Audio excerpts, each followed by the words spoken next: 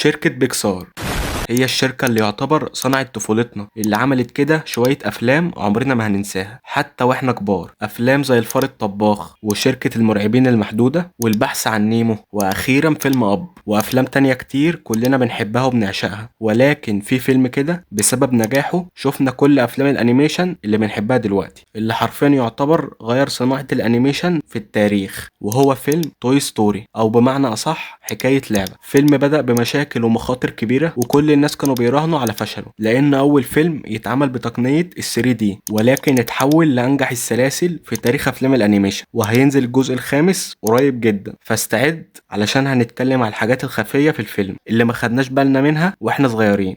إلى اللانهائية وما بعدها. فيلم توي ستوري مش مجرد فيلم نتفرج عليه ساعتين وبعدين ننساه، لا طبعا، ده فيلم علمنا دروس مهمة كتيرة زي التعاون والوفاء. ولكن ده مش السبب الرئيسي اللي خلانا نتعلق بالفيلم ده، ولا حتى لانه افضل رسوم متحركة، ودليل ان في افلام اكتر تطور تقنيا من توي ستوري بس ما بنحبهاش زي فيلم توي ستوري. احنا حبينا وتعلقنا بالفيلم علشان الشخصيات المليئة بالمشاعر، وده حرفيا هو اساس الفيلم، هي الشخصيات اللي مليانة عيوب واخطاء، وده اللي خلانا نتعلق بيها. زي شخصية وودي بطل الفيلم. وودي مش الشخصية المثالية او البطل اللي بينقذ الناس، لا بالعكس، هو عنده عيوب كتيرة زي الغيرة لما غار من باز يطير، لما بدأ ياخد مكانه ويخطف الاضواء منه، وكمان زي الأنانية. وودي شخصية بتحب نفسها أكتر من أي حد، وكانت مصلحته الوحيدة إنه يبقى اللعبة رقم واحد عند أندي لو حتى بأي طريقة. وكل الصفات اللي احنا ذكرناها جعلت وودي يبان كأنه شخصية شريرة ومليانة عيوب كتيرة. طب ازاي احنا اتعلقنا بيه وحبيناه؟ وحتى لو بحثت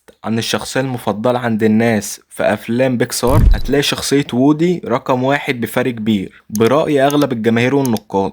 وهنلاقي في المركز الخامس بقى شخصية زي مستر انكريديبل من فيلم انكريديبلز، وهي شخصية أصلا عبارة عن بطل خارق بيساعد الناس وبيحب عيلته وقوي، ويعني عنده كل الصفات اللي تخليه شخصية محبوبة. طيب ازاي وودي الشخصية اللي مليانة عيوب زي الأنانية والغيرة في المركز الأول، والبطل الخارق اللي بيساعد الناس في المركز الخامس؟ حاجة غريبة صح؟ أنا هفهمك ازاي الناس اتعلقت بوودي رغم عيوبه. من بداية ظهور باز يطير وودي بدأ يخاف انه يفتقد مكانته عند أندي، وغيرة وودي ردت فعل طبيعية للموقف زي ده، وحسينا انه يشبهنا لاننا لو مكانه هنعمل كده. فاهم؟ وودي زي ما عنده عيوب هو كمان عنده مميزات زي الولاء المطلق، زي ما شوفنا في الجزء الثالث انه ازاي في مشهد النهاية رفض التخلي عن اصدقائه. ووودي اصلا في الاساس ما كانش المفروض يكون في المكان ده، ولكنه رفض انه يلوم حد او يفكر في طريقة يهرب بها لوحده، ودي ميزة قوية عند وودي خلتنا نتعاطف معاه. وغير كده وودي شخصية قيادية جدا وعندها كده كاريزما اسطورية، وهو القائد والعقل المدبر بين الالعاب، واحساسه بالمسؤولية اتجاه اصدقائه بيجبرك انك تحترمه. وغير طبعا تطور شخصية وودي بين الجزء الاول للجزء الثاني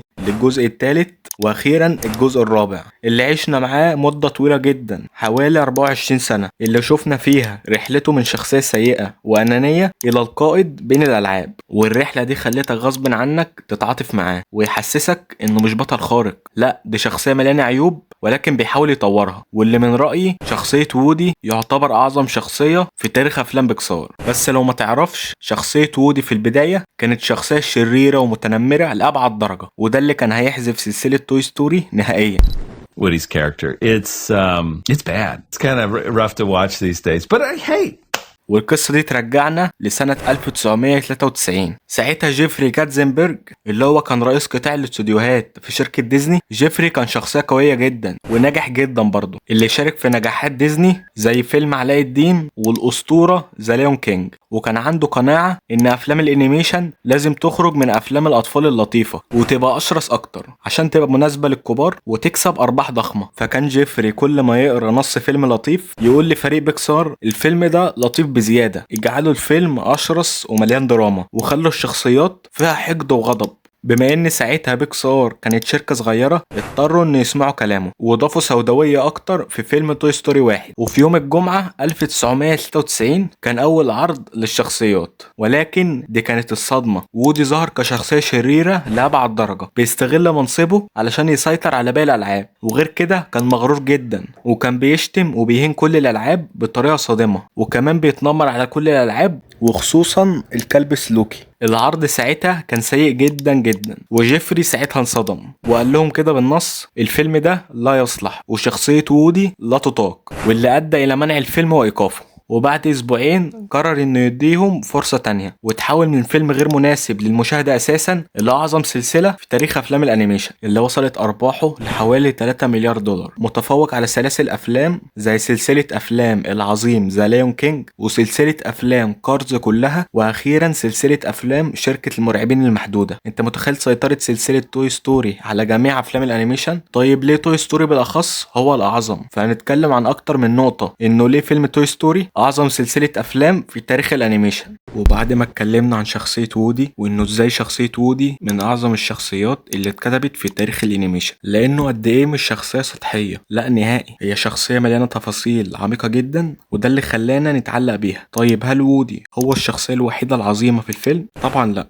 الفيلم مليان شخصيات غريبة متنوعة، وده اللي ابدع فيه الكاتب العبقري جون لاستر، واللي بالمناسبة هو اللي كتب جميع شخصيات فيلم حياة حشرة، وكتب برضو كل شخصيات فيلم برق بنزين. فيعني هو كاتب ناجح جدا جدا، وهو معروف جدا بطريقة في كتابة الشخصيات بتساعد اي فيلم انه يكون فيه محادثات درامية وصراع طول الوقت، وده اللي استخدمه بشكل كبير في فيلم توي ستوري، وهو التضاد بين الشخصيات. وزي ما شفنا تضاد بين شخصية وودي وشخصية باز يطير، انه ازاي وودي لعبة الكاوبوي، اللعبة الكلاسيكية جدا، وودي هنا بيمثل الغرب الامريكي القديم، انما باز يطير عكسه تماما، وباز يطير هنا بيمثل مستقبل امريكا. شفت بقى التضاد الكبير بينهم ده؟ هو ده اللي خلانا نشوف واحد من اعظم الصراعات في تاريخ افلام الانيميشن، لان التضاد ده خلاك اول ما تشوف الشخصيات مع بعض في مشهد واحد تعرف انهم فكريا بعاد جدا، واكيد بينهم صراع كبير. ومش بس كده، ضاف الكاتب تضاد برضه بين مستر بطاطس وريكس اللي هو الديناصور ده، وهو تضاد بصري ضاف كوميديا ذكية جدا بيخليك اول ما تشوف التضاد ده تضحك على طول.